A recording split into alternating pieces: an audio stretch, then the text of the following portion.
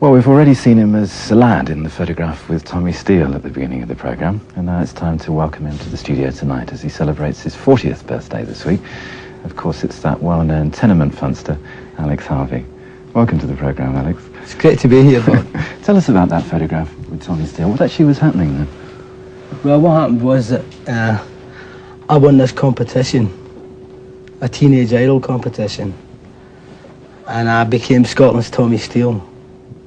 And because of that, the people that organised the competition took me along to meet Tommy. And we played a bit of Hank Williams to each other. Yeah. And it was good, because he was a gas, really. Yeah.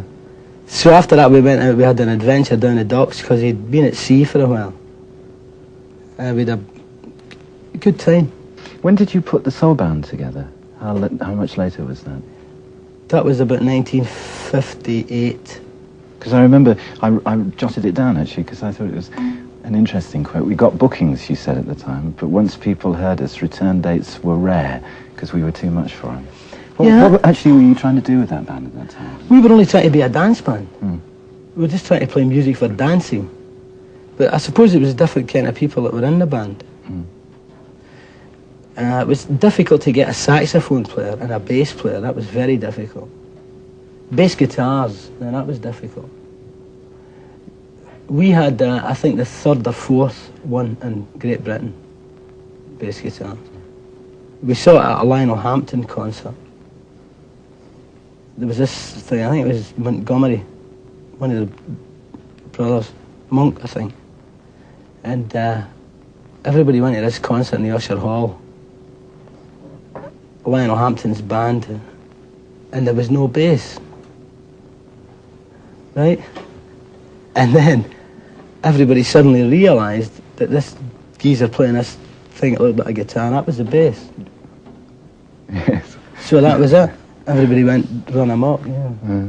Of course, bass players that could play really good, they don't think like that. They didn't harken onto it too much. They didn't like it too much. Because that band really lasted a long time, didn't it? Yeah, it landed up to 1965. Yeah. 66. And what happened then? Because later you were involved with Ray Russell's Rock Workshop, right? Yeah. That's when I was in here. That's when I met Ray. And we worked on an album and done a few concerts. Good guitar player, Ray Russell. Did you enjoy the time you spent in here? Loved it. Every bit of it. Yeah. You were just playing guitar at that point in the band, yeah. How long were you there? 5 years. 5 years, yeah. But it was a good gig, Bob, because you could, there was like, you had Gary Boyle on earlier. Like he did here a bit, he played guitar in here. There was a pool of musicians that done the whole show, you see. So that meant that you had time to, if a gig came up like the Ray Russell gig, or anything like that, then you could put a dep in, and you could go out and play someplace. Let's talk about the sensational Alex Harvey band, and how you and Tear Gas teamed up to form that band. How did that happen? An agent friend of mine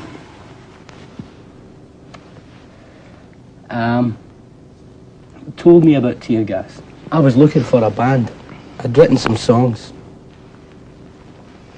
And he told me about this band in Glasgow called Tear Gas. So I went up to hear them, and they were very raucous, loud, heavy, and undisciplined. And it was a very happy marriage. Because they needed me, my experience, I suppose, and I needed their enthusiasm and sort of like balls, as they say. And it worked. They were sort of like a bit introverted on stage at first, and they were extroverted off stage. And I had to change that round about so that they used what they had, which was incredible talent.